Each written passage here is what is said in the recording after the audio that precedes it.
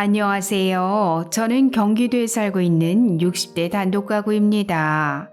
남편과 이혼 후 맞벌이하는 딸과 함께 살면서 손주를 키우고 있습니다. 그런데 궁금한 것이 있어요. 11월이면 만 62세가 돼서 12월부터는 국민연금을 받을 수 있는데 국민연금 공단에 갔더니 연기연금을 신청하라고 하더라고요. 5년을 연기하면 평생 36%나 더 받을 수 있다고 하면서 말이죠. 사실 딸과 함께 사니까 생활비도 안 들어가고 매달 용돈도 50만 원씩 받고 있어서 당장은 국민연금 안 받아도 될 것 같은데 알베르토 쌤, 어떻게 하는 것이 좋을까요?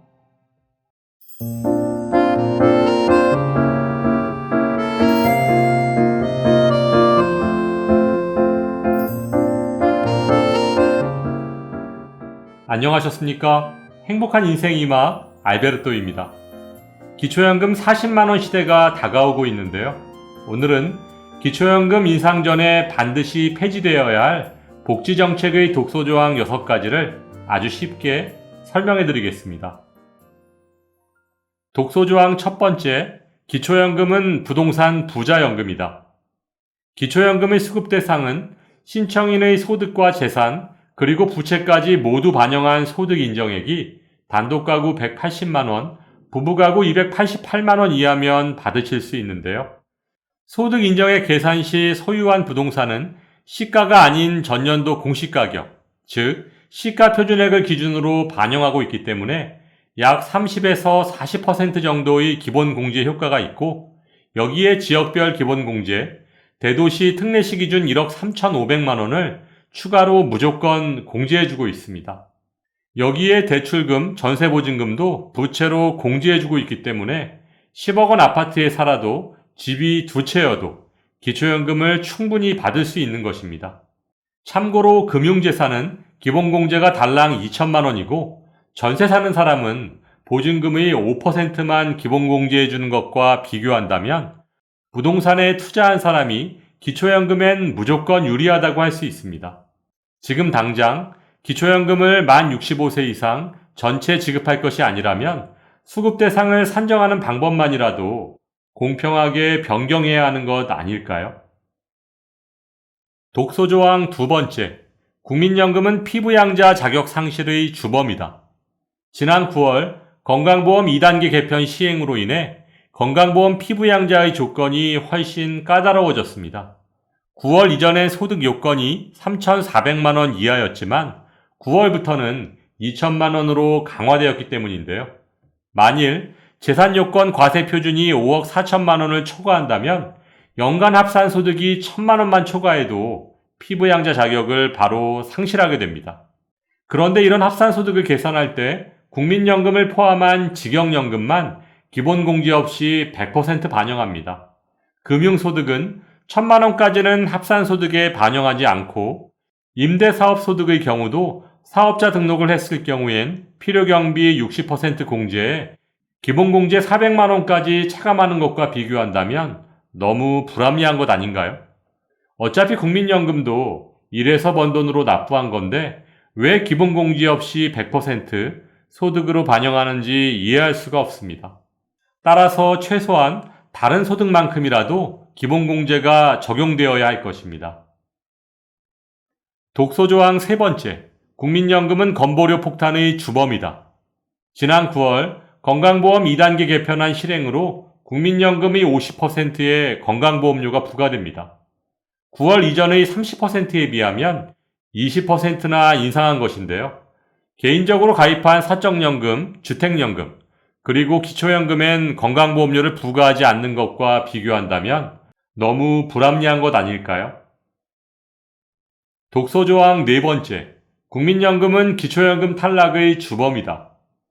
기초연금의 자격 여부를 심사하는 소득인정액 산정 시 국민연금은 기본공제 없이 100% 소득인정액에 반영됩니다.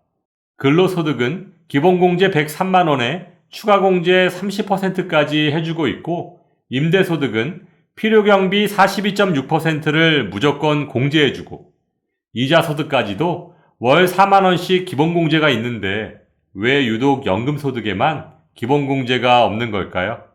따라서 임의가입, 추납, 연기연금 등을 통해 국민연금을 많이 받게 되면 그만큼 기초연금 수급 대상에서 탈락할 가능성이 높아질 수밖에 없습니다. 그러므로 오늘 의뢰인께서도 연기연금 신청 전에 본인의 소득 인정액을 꼭 계산해 보신 후 신중하게 결정하셔야 합니다. 독소조항 5번째, 국민연금은 기초연금을 감액하는 주범이다. 기초연금에 3가지 감액이 존재합니다. 국민연금 연계 감액, 부부 감액, 그리고 소득 역전 방지 감액까지. 그런데 다른 감액들은 어쩔 수 없다 하더라도 국민연금을 2022년 기준 46만 1,250원을 초과해서 받으면 기초연금의 50%까지 감액한다는 것은 말도 안 되는 악법입니다. 현재 36만 명의 어르신들이 이 악법으로 인해 기초연금을 월 평균 7만 원씩 감액을 당하고 있고, 오늘 의뢰인의 경우처럼 연기연금으로 인해 국민연금 월 급여액이 높아지게 된다면 기초연금이 더 많이 깎일 수 있으니까 철저히 계산해 보신 후 결정하시기 바랍니다. 독소조항 6번째, 줬다가 뺏는 기초연금은 당장 폐지되어야 한다. 생계급여를 받고 있는 기초생활수급자가 기초연금을 받으면 받는 만큼을 모두 생계급여에서 감액하고 있습니다. 받은 기초연금을 기초생활수급자의 소득인정액에 100% 반영하기 때문인데요. 여기에 기초연금을 받으면 소득인정액이 높아져서 의료급여 대상에서도 탈락할 수 있으니 소득 하위 7, 8%에 해당하는 최빈곤층 어르신들께서 기초연금을 신청조차 하지 않으시는 것입니다. 따라서 줬다가 다시 뺏는 기초연금 독소조항은 당장 폐지되어야 할 것입니다. 오늘 선생님 설명을 듣고 나니 복지제도에 정말 많은 독소조항들이 숨어 있는 것 같네요. 그리고 저는 연기연금 신청하지 말고 다음 달부터 원래대로 받아야 할 것 같습니다. 아무래도 나중에 기초연금에 문제가 될 것 같아요. 그런데 왜 국민연금공단에서는 이런 독소조항들을 미리 얘기해주지 않는 거죠? 노인들 상대로 장난하는 것도 아니고 참... 아무튼 오늘 친절하고 시원한 설명 감사드립니다. 최근 기초연금을 40만원까지 인상하겠다는 뉴스가 자주 나오고 있는데요.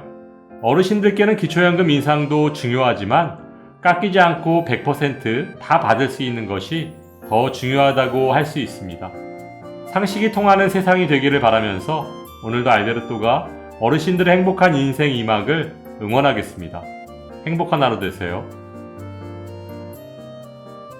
좋아요, 구독, 그리고 알림과 공유는 좋은 콘텐츠를 만드는 힘이 됩니다.